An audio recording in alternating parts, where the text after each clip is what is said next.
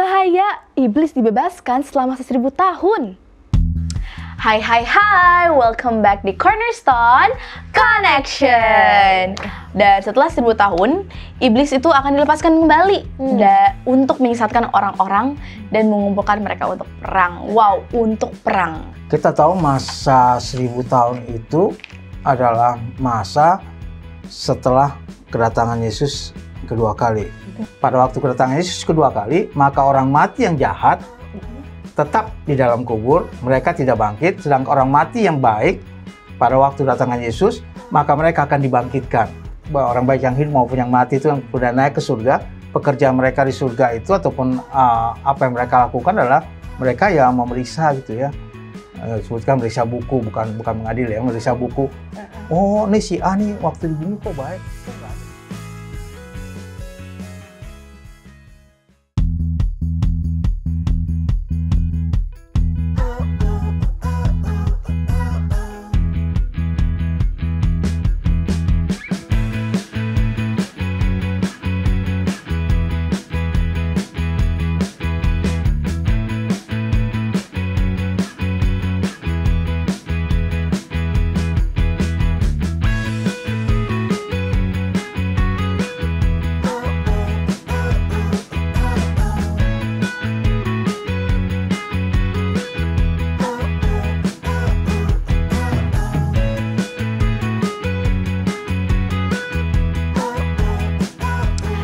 Hai, welcome back di Cornerstone Connection. Kembali lagi bersama dengan aku Mauren dan pastinya teman aku. Hai, aku Jenny semuanya. Kita sepi ya hari ini, tapi nggak apa-apa. Kita masih punya semangat untuk belajar Cornerstone. Gimana kabar kamu, Mauren? Aku baik, minggu ini lancar. Kamu gimana? Aku juga, puji Tuhan, lancar-lancar aja. Nggak ada sakit. Musim hujan ya, udah musim hujan sekarang. Semoga agak kita pilek-pilek dikit tapi masih bisa lah. Masih bisa ya. Ini kamu lihat layout baru, kira-kira gimana? Kamu mau rate? Silakan di rate. Rating dari berapa ke berapa nih? Dari 10 sampai 10. Oke. Enggak, serius dari 1 sampai 10. 11. Kamu? Wih, keren banget. Aku 10. Bagus ini. Kita udah mau tahun baru. Yeay. Oke, jadi kamu langsung aja kasih tahu mereka. Oke, langsung aja. Buat teman-teman, aku ingetin sekali lagi, yang nggak punya buku Cornerstone, bisa kalian langsung kontak media sosial Hope Channel atau call center Hope Channel Indonesia. Tapi kan kita udah akhir triwulan nih, udah sobat ke-12. Aduh, gimana ya? Kalian tinggal pesen PO aja, Kak. Tolong dong, triwulan baru, sekolah sahabat, langsung nyampe depan rumah. Betul, PO jadi nggak perlu kejar-kejaran nama triwulan. Aduh, udah triwulan baru nih, belum dapat buku. Pesen dari sekarang di Hope Channel. Gratis, guys. Dan gratis. Yes. Oke. Kita akan belajar apa sih hari ini? Judulnya apa nih? Menghapus hingga bersih. Menghapus hingga bersih. Kira-kira apa ya ceritanya? Kita langsung baca. Tapi buat teman-teman yang belum punya buku, bisa baca di dalam Wahyu 20. Oke, kamu mungkin mulai? Oke, ke dalam cerita. Lalu aku melihat seorang malaikat turun dari surga, memegang anak kunci jurang maut dan suatu rantai besar di tangannya. Ia menangkap naga, si ular tua itu, yaitu iblis dan Satan. Dan ia mengikatnya 1000 tahun lamanya, lalu melemparkannya ke dalam jurang maut, dan menutup jurang maut itu dan memateraikannya di atasnya, supaya ia jangan lagi menyesatkan bangsa-bangsa sebelum berakhir masa 1000 tahun itu. Kemudian, daripada itu ia akan dilepaskan untuk sedikit waktu lamanya. Lalu aku melihat tahta-tahta dan orang-orang yang duduk di atasnya, kepada mereka diserahkan kuasa untuk menghakimi. Aku juga melihat jiwa-jiwa mereka yang telah dipenggal kepalanya karena kesaksian tentang Yesus, dan karena firman Allah yang tidak menyembah binatang itu dan patungnya, dan yang tidak juga menerima tandanya pada dahi dan tangan mereka. Dan mereka hidup kembali dan memerintah sebagai raja bersama-sama dengan Kristus untuk masa 1000 tahun. Tetapi orang mati yang lain tidak bangkit sebelum berakhir masa yang 1000 tahun itu. Inilah kebangkitan pertama. Berbahagia dan kuduslah ia yang mendapat bagian dalam kebangkitan pertama itu. Kematian yang kedua tidak berkuasa lagi atas mereka, tetapi mereka akan menjadi imam-imam Allah dan Kristus, dan mereka akan memerintah sebagai raja bersama-sama dengan dia 1000 tahun lamanya. Dan setelah masa 1000 tahun itu berakhir, iblis akan dilepaskan dari penjaranya dan ia akan pergi menyesatkan bangsa-bangsa pada keempat penjuru bumi, yaitu Gog dan Magog, dan mengumpulkan mereka untuk berperang dan jumlah mereka sama dengan banyaknya pasir di laut. Maka naiklah mereka ke seluruh dataran bumi, lalu mengepung perkemahan tentara orang-orang kudus dan kota yang dikasihi itu.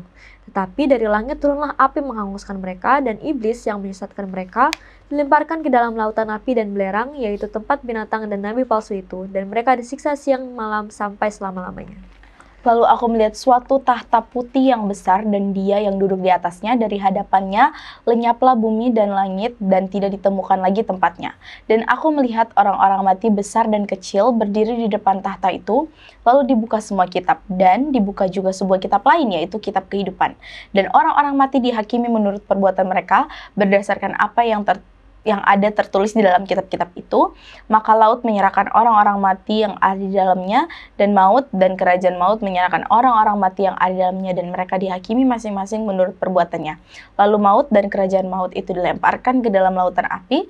Itulah kematian yang kedua, lautan api. Dan setiap orang yang tidak ditemukan namanya tertulis dalam kitab kehidupan itu, ia dilemparkan ke dalam lautan api itu. Kamu kalau baca ini agak bingung nggak sih? Bingung nggak? Iya. Makanya nanti kita mau tanya jawab sama pendeta. Betul. Tapi kita mungkin bisa kasih tahu dulu nih, kira-kira cerita tentang apa sih ini Genesis? Jadi pelajaran kali ini menjelaskan tentang penglihatan Rasul Yohanes, di mana seorang malaikat turun dari surga dengan kunci jurang maut dan mengikat iblis selama 1000 tahun agar tidak menyesatkan manusia.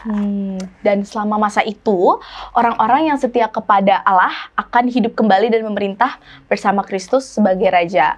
Dan setelah 1000 tahun, iblis itu akan dilepaskan kembali untuk menyesatkan orang-orang dan mengumpulkan mereka untuk perang. Wow, untuk perang. Tapi, apa tuh tapinya? Yang menang siapa? Kita udah tahu dong pasti. Pasti tahu. Pasti mereka yang berada pada kubu Allah, Betul. teman-teman. Nah, setelah itu, semua orang mati dihakimi di hadapan tahta putih berdasarkan perbuatan mereka. Dan mereka yang nggak tercantum dalam Alkitab, dalam kitab kehidupan, dilemparkan ke lautan api untuk mendapatkan hukuman. Kalau kita baca tuh rasanya kayak fiksi nggak sih? Kayak apa ya? Kayak Bener, baca, kayak fiksi. Iya kan? Tapi itu bakal terjadi. Semoga kita yang akan tertulis namanya. Amin. Amin. Oke. Sekarang kita mau ngapain? Yes. Kita mau denger apa nih? Kita mau lanjut ke segmen selanjutnya, ke Profesor Connor dalam segmen Apakah Kamu Tahu? Di Amerika Serikat ada beberapa langkah dalam proses hukum untuk memastikan bahwa setiap orang yang didakwa tindakan kriminal memiliki kesempatan untuk membela diri. Yang pertama, seseorang dituduh melakukan kejahatan tetapi dianggap tidak bersalah sampai terbukti bersalah. Sedangkan yang kedua, pengacara memberikan pernyataan pembukaan tentang mengapa mereka percaya bahwa orang itu bersalah atau tidak bersalah. Saksi dari kedua belah pihak kemudian memberikan kesaksian. Setelah semua bukti terkumpul, pengacara akan memberikan pernyataan penutup dan juri membuat keputusannya. Sayangnya, ada ribuan kasus di mana orang dinyatakan bersalah secara keliru di setiap tahunnya. Miris sih, keadilan sudah semakin tumpul, but don't worry, kita punya Allah yang adil kok.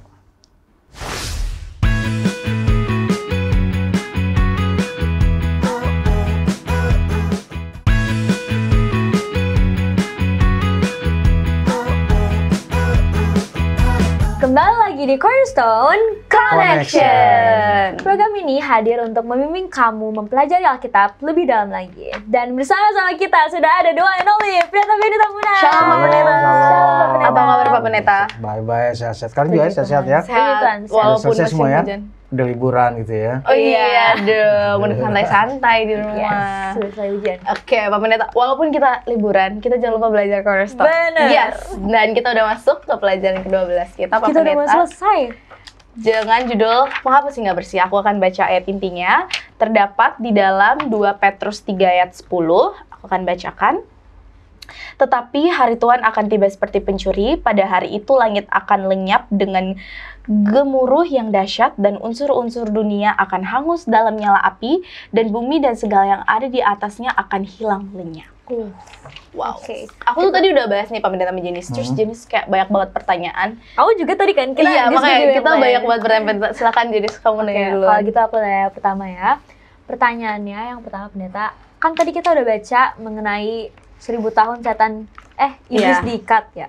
Yes. Apa makna dari 1000 tahun pengikatan iblis dalam konteks penglihatan ini Pak Pendeta? Iya, kita tahu masa 1000 tahun itu adalah masa setelah kedatangan Yesus kedua kali.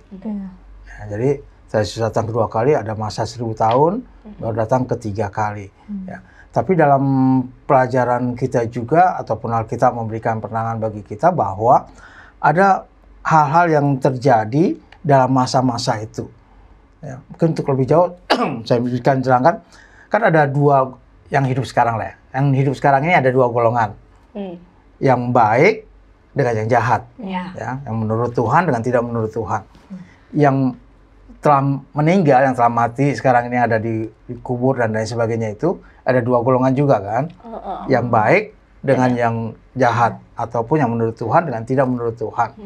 Jadi pelajaran kita memberikan bahwa ada kedua hal ini pada waktu kedatangan Yesus kedua kali dengan kedatangan Yesus tiga kali itu ada tahapannya, ada kebangkitan pertama, ada kebangkitan kedua yang memberikan penerangan siapa yang kebangkitan pertama, siapa kebangkitan kedua pada saat kedatangan Kristus yang kedua kali ataupun sering saya sebutkan dengan kedatangan Kristus ketiga kali. Pelajaran kita memberikan dosa itu dibersihkan. Ya. Judulnya kan menghapus hingga bersih. Ya, jadi tidak akan muncul lagi dosa untuk kedua kalinya karena manusia sudah merasakan sakitnya dosa itu, parahnya dosa itu, gitu ya, berbahayanya dosa itu sehingga manusia tidak akan mau lagi untuk melakukannya. Makasih Pendeta. Apakah jelas Jenis? Sudah jelas sekali. Nah, Tapi kamu jadi pengen nanya nggak sih? iya, aku jadi pengen nanya kan Pak Pendeta tadi udah mention kebangkitan pertama sama kebangkitan kedua. Nah, Pendeta, pertanyaan aku, siapa saja sih yang mengambil bagian dalam kebangkitan pertama dan kenapa sih itu istimewa dong ya kayak bisa bangkit pertama. Nah, lagi, apa keistimewaan mereka Pak Pendeta? Iya, tadi saya sudah terangkan ada dua golongan yang hidup maupun yang mati.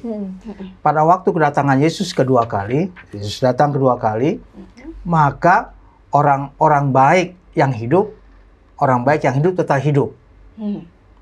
Orang jahat yang hidup pada waktu datang Yesus akan mati. Ya, karena mereka tidak tahan melihat kemuliaan Tuhan sehingga mereka mati. Nah, orang mati, yang mati ada dua golongan tadi kan, pada waktu datang Yesus, yang baik dengan yang jahat. Pada waktu kedatangan Yesus kedua kali, maka orang mati yang jahat tetap di dalam kubur, mereka tidak bangkit, sedangkan orang mati yang baik pada waktu kedatangan Yesus, maka mereka akan dibangkitkan. Jadi, yang mati yang baik akan bangkit, dengan yang hidup yang baik bersama-sama dengan Tuhan akan naik ke surga. Nah, kebangkitan inilah disebutkan dengan kebangkitan pertama. Nah, mereka akan tinggal di surga selama 1000 tahun.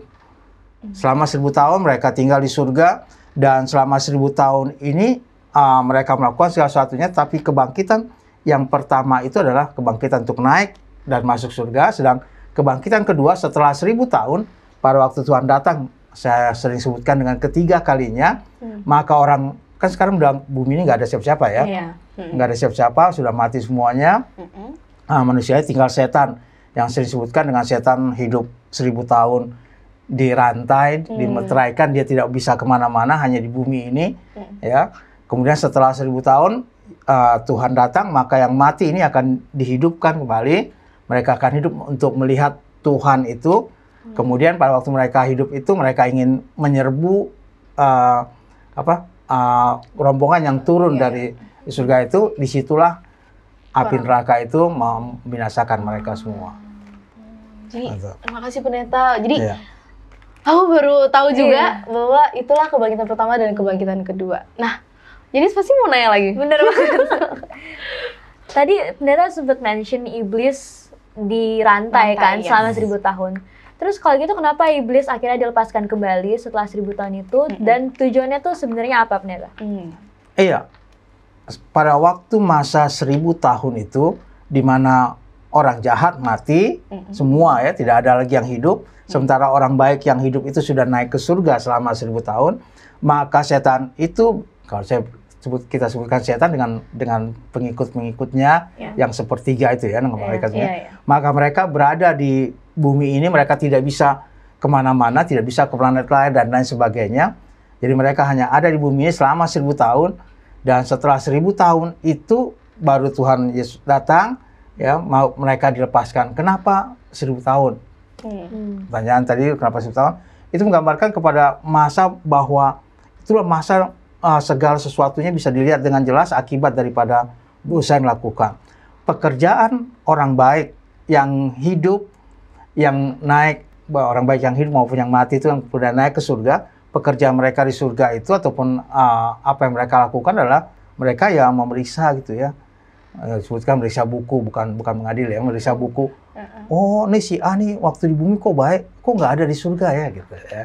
Oh, sini kok tadinya kayaknya nggak ini, kok ada di surga gitu ya. Dan orang selalu katakan, oh kenapa saya juga di surga gitu ya. Kalau saya udah pasti ya. Oh, kalau kita Kalau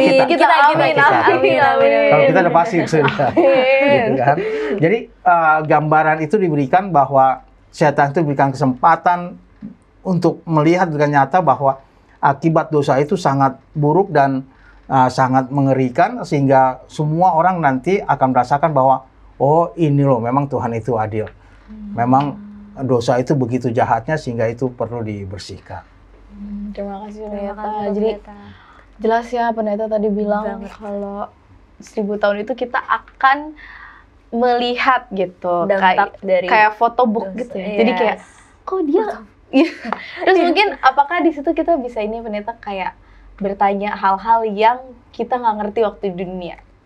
Iya, kita bisa bertanya kenapa dan sebagainya, karena memang Tuhan juga akan memberikan semua jawaban-jawaban itu, sehingga intinya bahwa kita melihat bahwa memang dosa itu begitu mengerikan, begitu jahatnya, di lain pihak bahwa Allah itu begitu baiknya dan begitu adilnya, sehingga pada waktu nanti neraka itu ada ataupun dibinasakan, maka semua itu mereka akan lihat bahwa oh iya memang begini gitu, memang adil Tuhan itu ya, memang dosa itu begitu jahat dan apa yang Allah lakukan itu dengan keadilannya itu berdasarkan kasih, bukan berdasarkan dendam, bukan berdasarkan wah pokoknya balas ya, enggak seperti itu ya, tapi berdasarkan kasih yang sudah diberikan kesempatan kepada semua makhluk untuk coba berbalik ya, tapi kan mereka tidak menggunakannya dengan baik.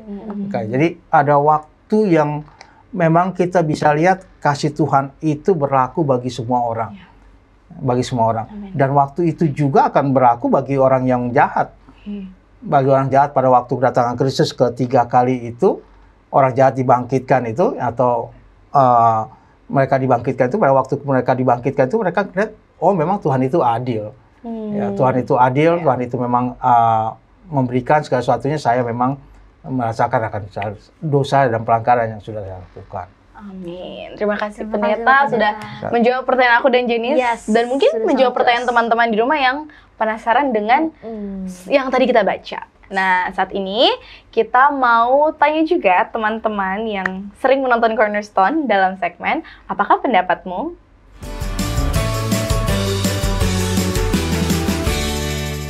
Halo, nama saya Benjamin dari kelas 12-1. Saya dari sekolah SMA Advent 15 Ciracas. Halo, saya Jose Sepdial, saya dari kelas 12. Saya berasal dari SMA Advent 15 Ciracas. Halo, nama saya Brian dari kelas 12 dari sekolah SMA Advent 15 Ciracas. Perkenalkan, nama aku Keiza Gracia, kelas 12 dari SMA Advent 15 Ciracas. Nama aku Alin dari kelas 12 dari SMA Advent 15 Ciracas.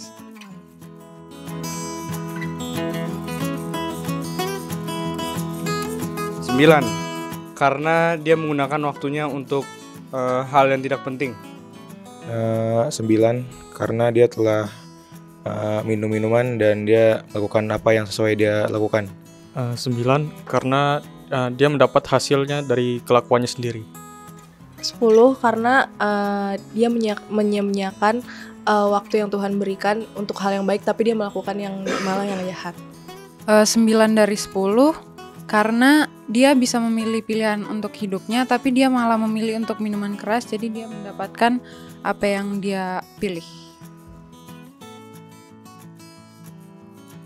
8 karena orang baik mendapatkan apa yang baik dari Tuhan. 10 karena dia orang yang bisa menjadi dampak yang baik walaupun memenangkan undian untuk kepentingannya sendiri. 8 karena dia menuai apa yang dia telah lakukan. Kalau menurut aku 5 karena undian itu untung-untungan, jadi nggak cuma orang baik aja. 8 dari 10 karena dia layak mendapatkannya. Menurut aku 3 karena harusnya negara-negara lain membantu negara itu. 4 dari 10 karena banyak orang baik yang mungkin tinggal di negara itu, tapi dia malah mendapatkan ketidakadilan. 3 karena negara itu sendiri sebenarnya perlu bantuan supaya bagaimana caranya mereka ini tidak mengalami kelaparan dan jutaan orang meninggal. 4 seharusnya negara ini mendapatkan bantuan dari negara-negara lain. 4 karena banyak orang-orang yang tidak berdosa yang ikut akibatnya. 7 dari 10 karena Tuhan pasti punya rencana dan Tuhan itu baik, dia memberikan kesempatan kepada setan untuk memperbaiki semuanya, dan intinya Tuhan punya rencana. 8 karena setan ini menurut saya diperlukan untuk kehidupan manusia, karena di situ Tuhan mungkin bisa mengizinkan suatu pencobaan datang untuk masing-masing manusia yang diperlukan untuk bertobat, untuk berubah bila manusia itu menginginkan perubahan. 9 karena biar kita setiap manusia agar dapat berdoa dan biar lebih dekat kepada Tuhan. 7 karena Tuhan tidak akan membiarkan hal yang buruk itu begitu saja, tetapi Tuhan pasti mempunyai rencananya sendiri. 8 karena setan membantu kita, karena Tuhan memberikan, menurut aku Tuhan itu memberikan kita pemahaman tentang yang mana yang baik dan mana yang jahat. Jadi kalau setan di dunia masih ada, pasti kita memilih mana yang baik, jadi kita akan lebih dekat kepada Tuhan.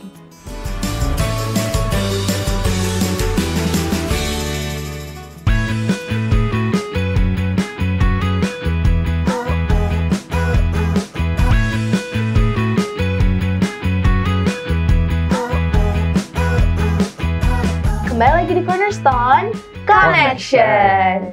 Wow. Yes.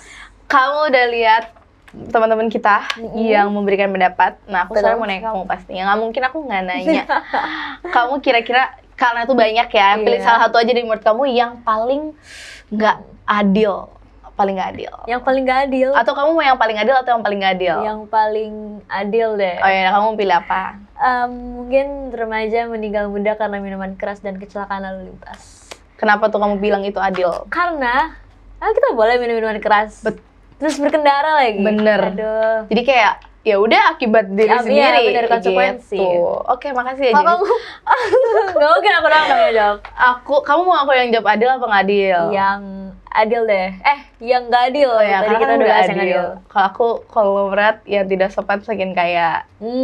Sedangkan kan ada ya orang kaya makin kaya, orang miskin makin miskin. Iya benar-benar. Nah, menurut aku nggak adil. Tapi ya di dunia ini emang nggak ada yang adil. Nanti adil ketika kalau udah di surga. Yes. Betul banget.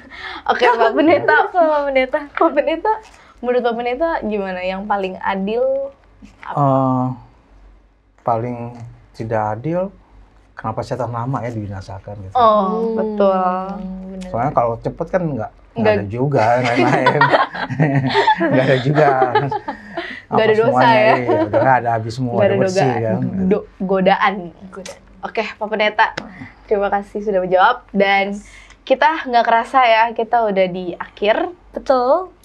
Kalau Dan begitu, karena kita sudah akhir, kita boleh minta Pak Pendeta untuk memberikan kesimpulan dari pelajaran kita yang ke-12. Baik, pelajaran kita ke-12, menghapus hingga bersih, adalah Allah yang menghapus dosa itu hingga bersih. Sehingga tidak ada lagi bekas-bekasnya, tidak ada halnya lagi. Dan penghapusan itu dalam pelajaran kita diberikan dengan kedatangan Kristus, ataupun ada kematian pertama dengan kematian kedua yang digambarkannya dengan masa ada 1000 tahun. Tapi yang pasti kita harus memastikan diri kita bahwa pada waktu kedatangan Tuhan yang kedua kali, maka kita masuk rombongan yang memang akan masuk ke dalam, bukan rombongan yang pada waktu dibangkitkan untuk menerima penghukuman ataupun api neraka yang sering kita sebutkan. Kita harus memastikan bahwa kita memang selalu bersama-sama dengan Tuhan. Tidak perlu takut, nggak perlu ragu, datang berserah sepenuhnya pada Tuhan, bawa semuanya kepada Tuhan, dan berjalanlah bersama dengan Tuhan. Oke, baik. Terima kasih pendeta kesimpulannya. Dan sekarang ini kami juga minta pendeta mendoakan kita studio dan juga teman-teman yang di rumah. Baik, kita berdoa. Allah kami, Tuhan kami yang bertahta dalam surga, kami bersyukur karena pelajaran yang Tuhan berikan bagi kami, yang mengingatkan bagi kami bahwa ada masanya di mana Tuhan akan datang untuk menghapus segala dosa dan pelanggaran yang ada, membersihkan segala sesuatunya dan menjadikannya baru kembali. Kami terima kasih karena Tuhan akan menuntun kami beserta dengan kami agar kami selalu berjalan bersama-sama dengan Tuhan, dan pada waktu Tuhan datang maka kami pun boleh masuk ke dalam kerajaan-Mu. Memberkati semua orang-orang muda dalam semua aktivitas mereka, dalam semua pendidikan mereka, dalam semua pekerjaan mereka dan hal lain yang mereka lakukan. Yang sakit Tuhan berikan kesembuhan. Kami berdoa dalam nama Putra Yesus Kristus, Tuhan dan Juru Selamat kami. Amin. Amin. Terima kasih pendeta. Jadi sudah sampailah kita ke akhir pelajaran 12 kita.